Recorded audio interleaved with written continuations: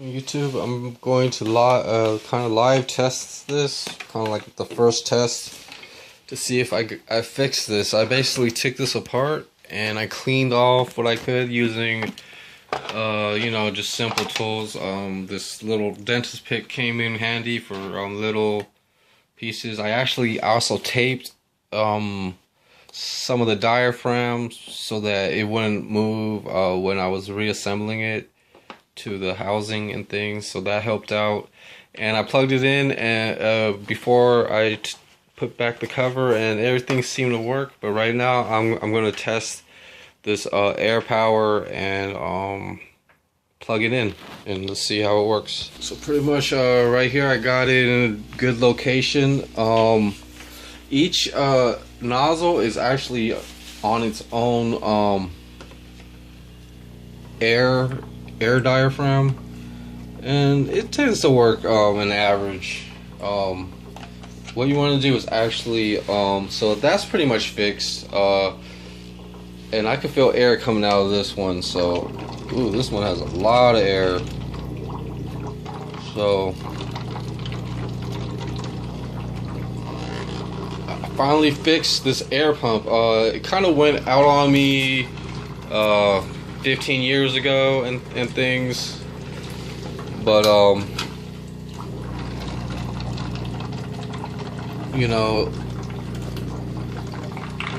an air pump isn't that cheap. It's actually, this one would have cost probably around $50 to $60 depending, but that's brand new at the store. I mean, the store would sell it for that much. You could probably get one for a good price used and stuff, and somebody doesn't really want to use it. So besides that, I'm actually trying to turn this back one into an aquarium. Actually, when I cleaned it and everything, I moved everything out of the way. I put a chair here.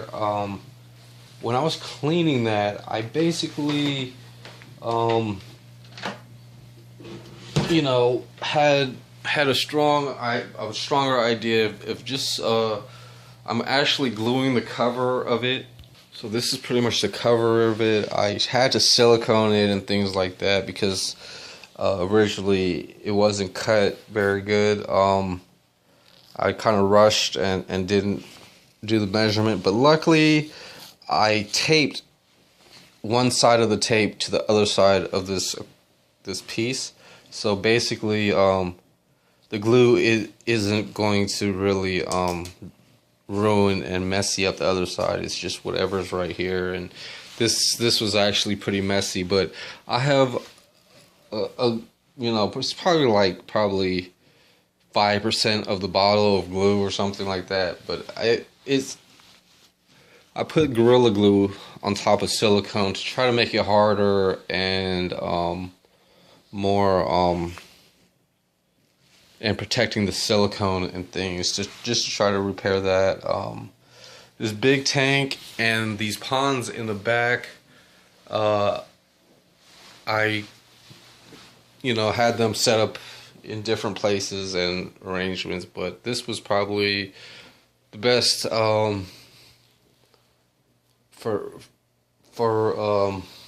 now. It basically provides a nice aisleway for buckets or even storing plastic bottles, and if I'm not going to I'm actually going to try to clean and wash these.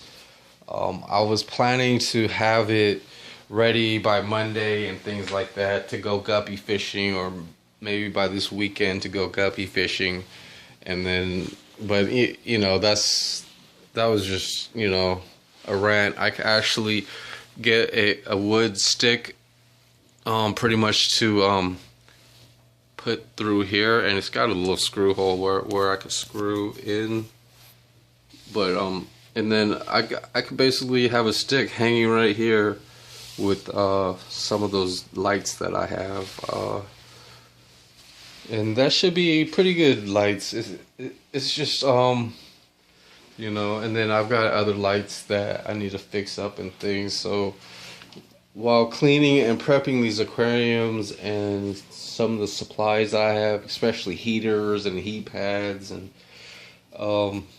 I gotta make the lights and everything. So basically, this was actually a nice branch that I found on my walk. On a walk, I can actually try to get more of this bark off, but it's the main structure of it. You know, if it goes into water and things, it'll start floating and things like that. I would actually have to you know, tie it to a rocks and things like that, which I could probably try. But I also wanted to try to keep it on land and things. But I have some aquarium supplies for lizards, and planning to make a large tank, probably just for 1 or 2 lizards. I don't know. I was thinking maybe for this, just to show some lizard, since I do have some lizard supplies, and you know, rocks and dirt and branches can also be used with lizard tanks, and sand. I'm actually going to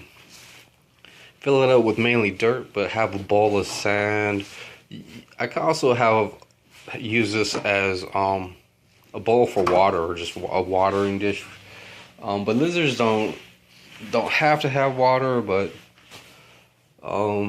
or just have a smaller watering dish and have this as a sand bowl. Just put a lot of sand in here, and then basically around that I will fill it up with the dirt, and then put the branch on top of where the dirt is. And I probably you know, just put this stuff inside the other one of my aquariums, or maybe just build a big aquascape using plywood and supplies. But yeah, I'm pretty happy that the water pump or the air pump that I was fixing, I got to fix it. And if I found the cover and stuff for the other air pump, then I could actually use that for spare parts, but as a motor wise. But yeah, so having this double nozzled air pump, I might replace the air pump that's on this, and pretty much test it with the sponge DIY sponge filters. So I would actually have to just unplug it with these splitters, and then let's try to do that right now.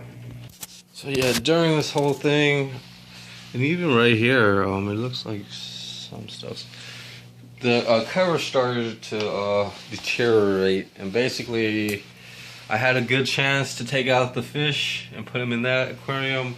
So I'm gonna try to just basically it's got a heat pad, you know, a decent filter. I'm gonna actually have to aquascape this real fast too, and a water heater. I know I pretty much got shocked by me trying to put this just by the change, but I actually need to set up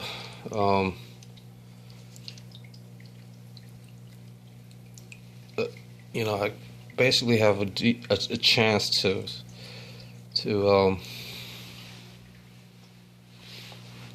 you know, make some changes and things, especially with these covers. Oh man, you know, they look pretty awesome and stuff, but the silicone on them kind of wasn't that great, and I could unplug as much as I can and try to fix whatever I can. I gotta actually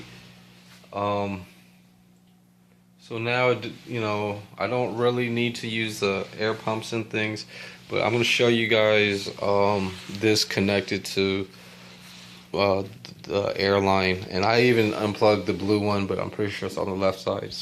So right there, I wanted to connect one in each, but it's pretty much the same. No, actually, it's on the stronger air pump side, but it's really blowing off a lot of air. I just have to actually reach in here and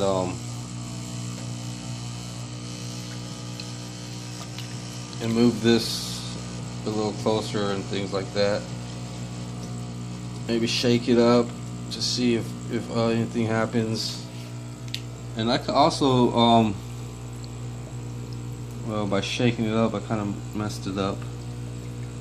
Well, you guys kind of get the idea right now. I'm gonna actually try to use this to siphon up stuff. I think I got it. No, I didn't get a plant. But yeah, this aquarium stuff. So I'm gonna try to put this on top of the pile of food and actually see if it cleans it up or not. I'm actually gonna have to